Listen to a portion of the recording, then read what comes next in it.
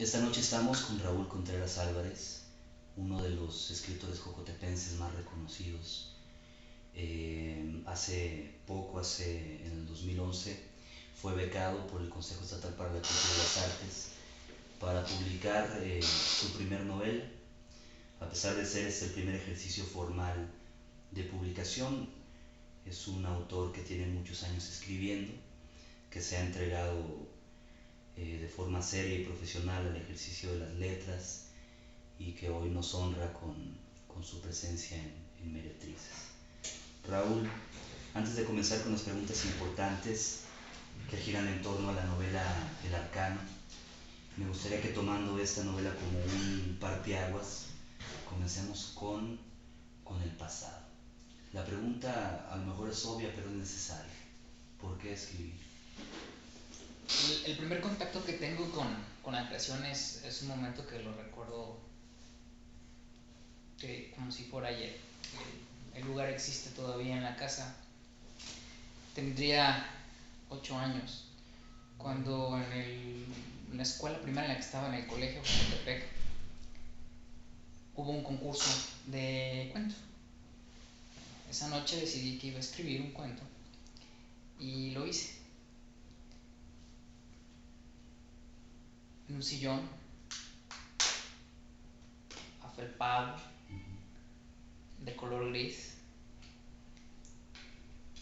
que fue muy significativo porque curiosamente en ese mismo sillón de color gris, cuando aprendí a leer, era el sitio en el que me acostaba para leer.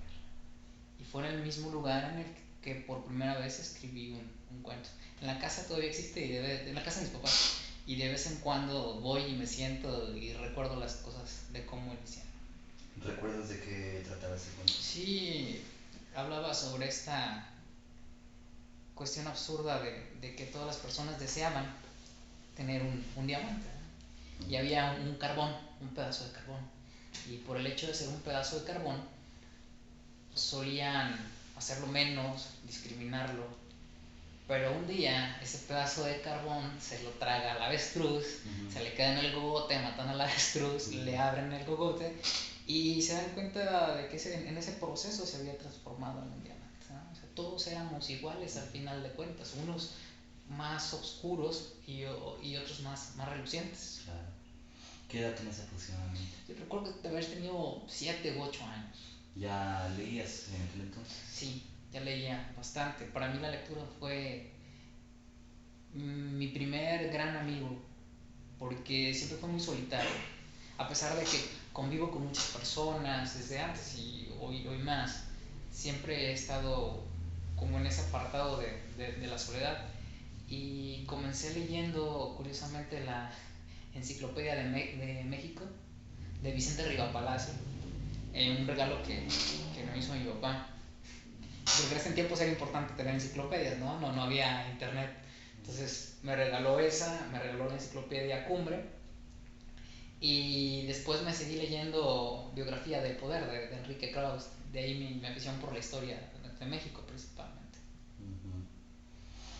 Ujú. Raúl, ¿compartes tu ejercicio literario con una profesión de odontología, una especialidad de odontología forense, que imagino que el haber decidido tomar esta carrera ha impactado mucho en cuanto a la evolución que has tenido como escritor? Es decir, una cosa es escribir a los 7 años y otra cosa es después de una carrera. Imagino que los temas se han modificado.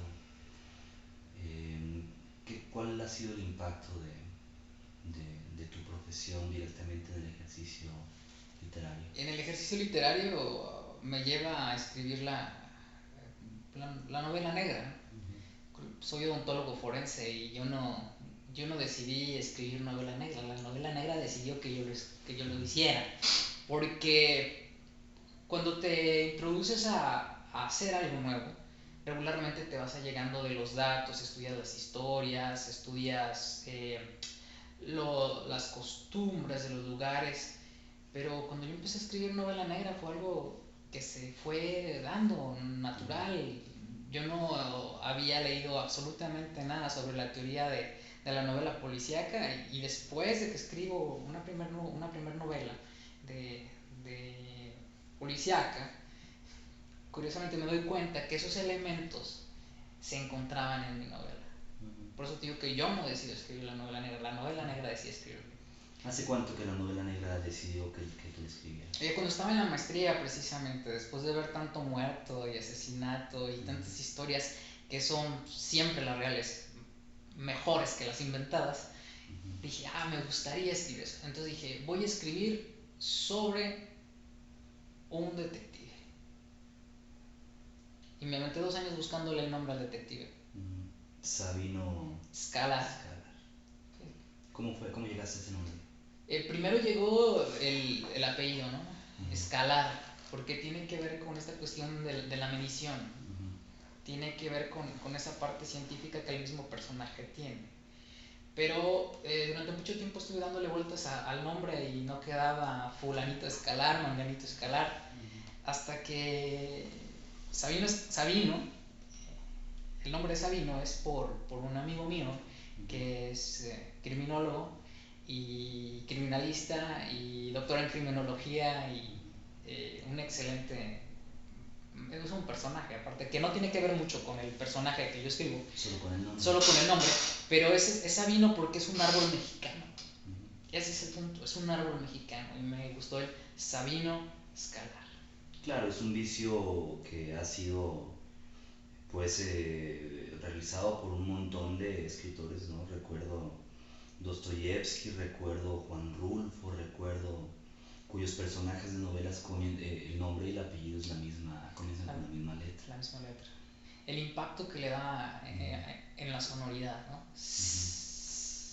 Y al final es como un silencio. La S es el silencio. Claro. Pero al mismo tiempo puede ser el viento. Ahora, imagino, Raúl, que llegar al nombre del personaje no es el aspecto más difícil, sino la psicología del personaje. ¿Cómo describes la psicología de tu detective?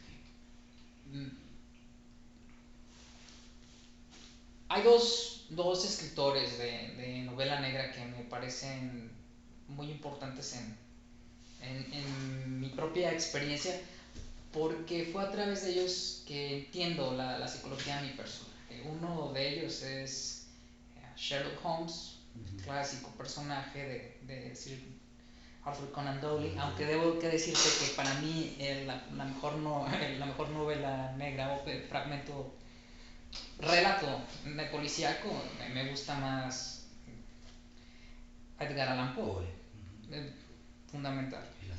El asesinato en la calle Morgue, que si tú te pones a estudiar el derecho, lo que viene siendo las pruebas periciales y el valor de las pruebas, yo digo que ese relato deberían de enseñárselos a todos los abogados, porque es una manera de cómo las pruebas testimoniales llegan a crearte un gran conflicto, y es hasta que entra esta cuestión de la ciencia a hacer una ayuda. En este caso no era algo tan científico, pero sí había que descubrir al chango que se metía por la ventana, ¿no? Claro.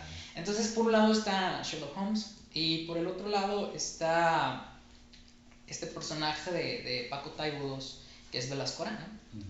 Velasco Arán me enseña que se puede hacer en México. Eso es lo interesante, y que traga a Oran Crush y es un personaje.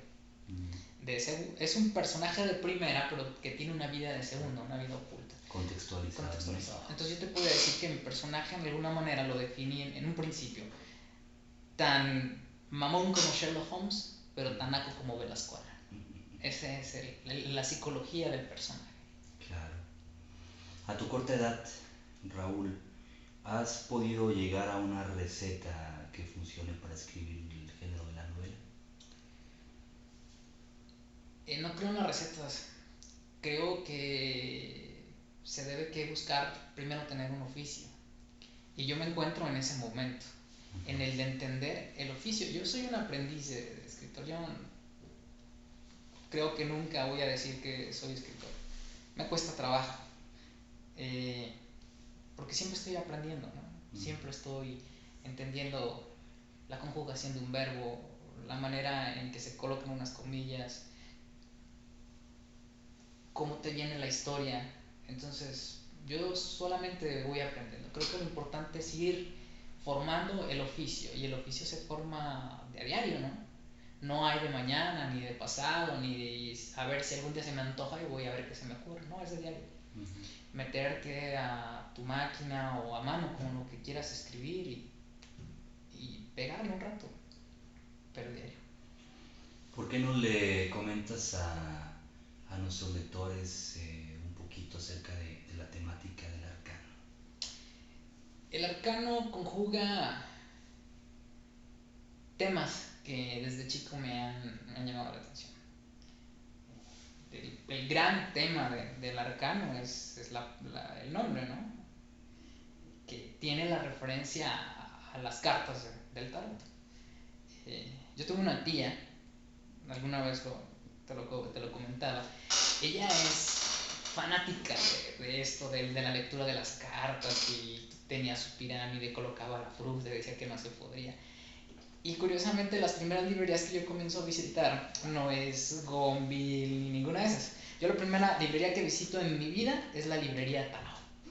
Y al entrar a la librería Tao, pues esos temas se vuelven parte importante de mis lecturas. Conjuga esa necesidad de las personas por querer vislumbrar el futuro, por querer tener algo de una manera mágica, y el darse cuenta de que eso no existe, ¿no? Porque siempre hay un titiritero que mueve todo. Claro, dicen que los atajos solo no hacen más que regresar al punto de partida. Claro, claro. Pero aún así es muy interesante la cuestión del tarot, porque no, bueno, yo no lo veo como una cuestión adivinatoria, ¿no? Okay. Tirarse el tarot tiene que ver más bien con esta idea de Jung, de Carl Jung, que manejaba también la idea de los arquetipos, ¿no? Y curiosamente, el tirarse el tarot es como ver un mandala tibetano. No es qué voy a descubrir en el futuro de mi vida, sino una manera de a través de una serie de imágenes de entender una situación. Es como ver una obra de arte, ¿no? Ir al museo o ir a una galería, te sientas y descubres que hay algo que estaba ahí. Particularmente, ¿qué juego desempeña el tarot en el arcano? Es la manera en la que se comunica el gran titiritero con una serie de personajes que están a su disposición, a través de uno de estos tan frecuentes y famosos nuevos videntes y magos que aparecen en la televisión. Entonces está muy acostumbrado, ¿no? De que sacas una carta y Tauro, te vas a morir pronto, Cáncer, sé feliz. Y es a través de esta dinámica que se crea en la organización criminal, de cómo se van comunicando. No hay necesidad de llamarse por teléfono. O sea, no hay necesidad de implicarse como personas y dejar un rastro. Es más fácil tener un intermediario y vas a decir tales cartas y cada quien sabe lo que tiene que hacer a través. Y nuestro detective Sabino Scala tiene que descifrar todo ese sistema de símbolos. Tiene que descifrarlo, ¿no? Aunque en un inicio llega un personaje y lo contrata y dice, espérate, es que esto no es lo mío, ¿no? O sea, yo no creo en esas cosas, ¿no? No es que creas, o sea, métete en tu lado. No tiene que ver con creer, tiene que ver con utilizar.